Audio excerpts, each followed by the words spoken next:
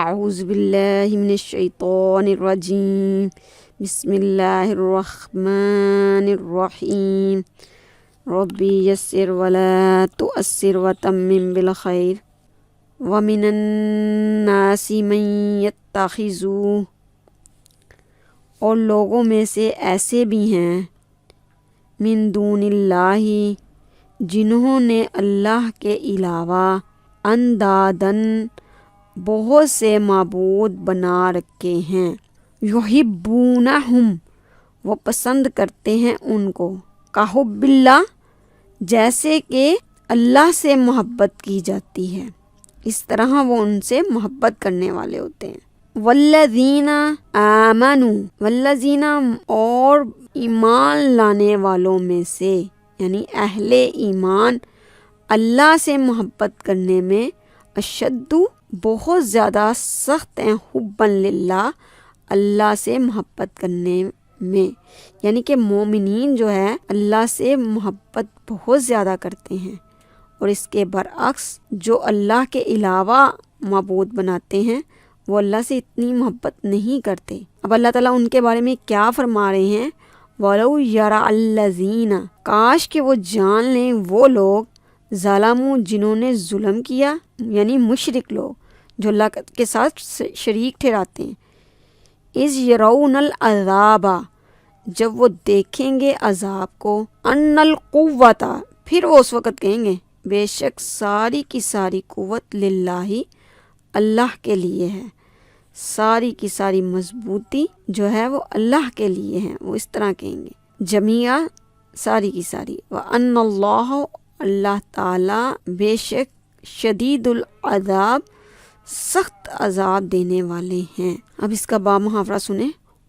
اور لوگوں میں سے ایسے بھی ہیں جنہوں نے اللہ کے علاوہ بہت سے معبود بنا رکھے ہیں، ان سے ویسی ہی محبت کرتے ہیں جیسی اللہ سے ہوتی ہے، جبکہ اہل ایمان اللہ سے محبت کرنے میں مضبوط اور انتہائی ثابت قدم ہیں۔ کسی طرح وہ مشرک جان لے کہ جب وہ عذاب دیکھیں گے تو ان پر واضح ہو جائے گا کہ بے شک تمام قوت صرف اللہ کے لیے ہے، اور بے شک اللہ سخت عذاب دینے والا ہے۔ استبرأ الذین اتباع کیے گئے سردار، نتبعوا من الذین اتبعوا جب اتباع کرنے والوں سے بیزاری کا اظہار کریں گے۔ کس وقت وہ بیزاری کا اظہار کریں گے؟ یہ آگے اللہ تعالیٰ خود ہی بتا رہے ہیں، وَرَأَوُا الْعَذَابَ جب وہ دیکھ لیں گے عذاب کو۔ ظاہر جو انہوں کے سرداروں نے انہیں کہا یہ اور یہ کیا جائے، تو پھر وہ اس وقت بیزاری کا جب اظہار کریں گے میری پیاری بہنوں، تو پھر ان پر حسرتیں ہوں گی، کیونکہ انہیں پتہ چل رہا ہوگا یہ ہم سے وعدے کر کے آئے تھے دنیا میں کہ ہم تمہاری مدد کریں گے آخرت میں، لیکن جب وہ دیکھیں گے بیزاری ان کی، تو پھر خود ہی قرآن مینشن کر رہا ہے وَتَقَطَّعَتْ بِهِمُ الْأَسْبَابُ اس حال میں کہ وہ عذاب کو دیکھ لیں گے اور ان کے تمام اسباب منقطع ہو جائیں گے۔ یہی ان کے اسباب تھے، جب وہ منہ موڑتے ہیں تو انہیں پتہ چل جاتا ہے کہ اب ہمارا ان سے کوئی واسطہ نہیں ہے، یہ ہماری کوئی مدد نہیں کریں گے۔ وَقَالَ الَّذِينَ اور کہیں گے وہ لوگ، نَتَّبَعُوا جنہوں نے پیروی کی ہوگی، کس کی پیروی کی ہوگی؟ اپنے سرداروں کی، غیر اللہ کی۔ لو انا لنا کاش کہ ہمارے لیے کراتن دوبارہ پلٹنا ہو، فنتبرا تو ہم بھی بیزار ہو جائیں، منہم ان سے، یعنی اپنے سرداروں سے جن کی عبادت کرتے تھے یہ لوگ، کما تبرؤ کہ جس طرح بیزار ہو رہے ہیں یہ منا ہم سے، کذالک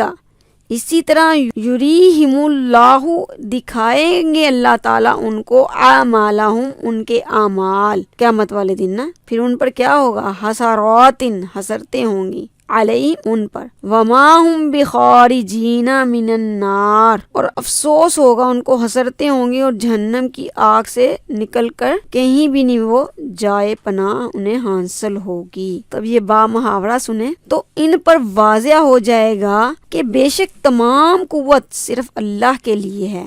اور بے شک اللہ سخت عذاب والا ہے۔ اتباع کیے گئے سردار جب اتباع کرنے والوں سے بیزاری کا اظہار کریں گے،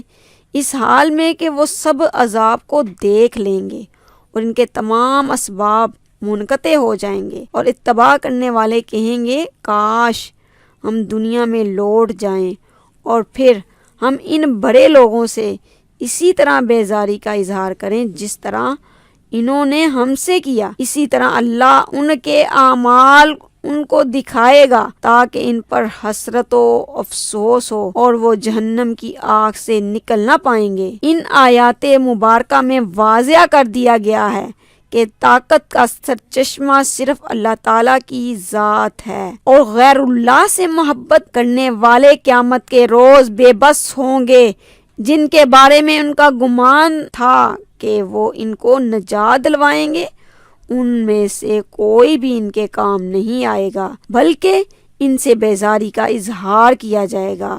اللہ تعالیٰ نے اپنی وحدانیت اور اپنی قدرت کاملہ پر دلالت کرنے والی نشانیوں کا ذکر کرنے کے بعد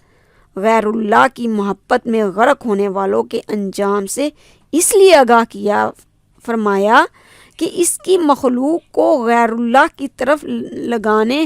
والوں کے مکر و فریب سے بچ جانا چاہیے۔ دنیا میں عموماً یہ دستور رہا ہے کہ بڑے لوگوں کی تابعداری چھوٹے لوگ ہی کرتے ہیں اور وہی ان کی گمراہی کا پھر سبب بھی بنتے ہیں۔ سورۃ ابراہیم میں آیا ہے اور وہ سب اللہ کے سامنے کھڑے ہوں گے۔ کمزور لوگ متکبرین سے کہیں گے بے شک ہم نے تمہاری اتباع کی، اب کیا اللہ تعالیٰ کی طرف سے ملنے والے عذاب کے کچھ ہی حصے سے تم ہمیں بچا سکتے ہو؟ وہ متکبرین کہیں گے اگر اللہ ہمیں ہدایت دیتا تو ہم تمہاری رہنمائی ضرور کرتے، اب ہمارے لیے برابر ہے کہ ہم بے صبری کا مظاہرہ کریں یا صبر کریں، اب ہمارے لیے بچاؤ کی کوئی صورت نہیں ہے۔ یعنی یہ اس وقت ان کے آپس میں محاورے ہوں گے۔ قیامت والے دن وہ کہیں گے کہ تم اللہ سے اب ہمیں بچاؤ، تم نے ہی ہمیں گمراہ کیا تھا، تو پھر وہ کہیں گے ہم بے بس ہیں۔ تو بخاری شریف کی جو حدیث ہے اور مسلم میں بھی یہ آئی ہے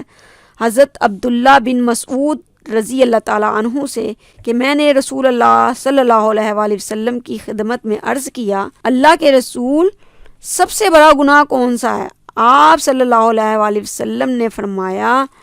یہ کہ تو اللہ کے ساتھ کسی کو شریک بنائے حالانکہ اس نے اللہ نے تجھے پیدا کیا ہے۔ جس کی سمجھ میں یہ نقطہ آ جائے وہ غیر اللہ کی طرف متوجہ نہیں ہو سکتا۔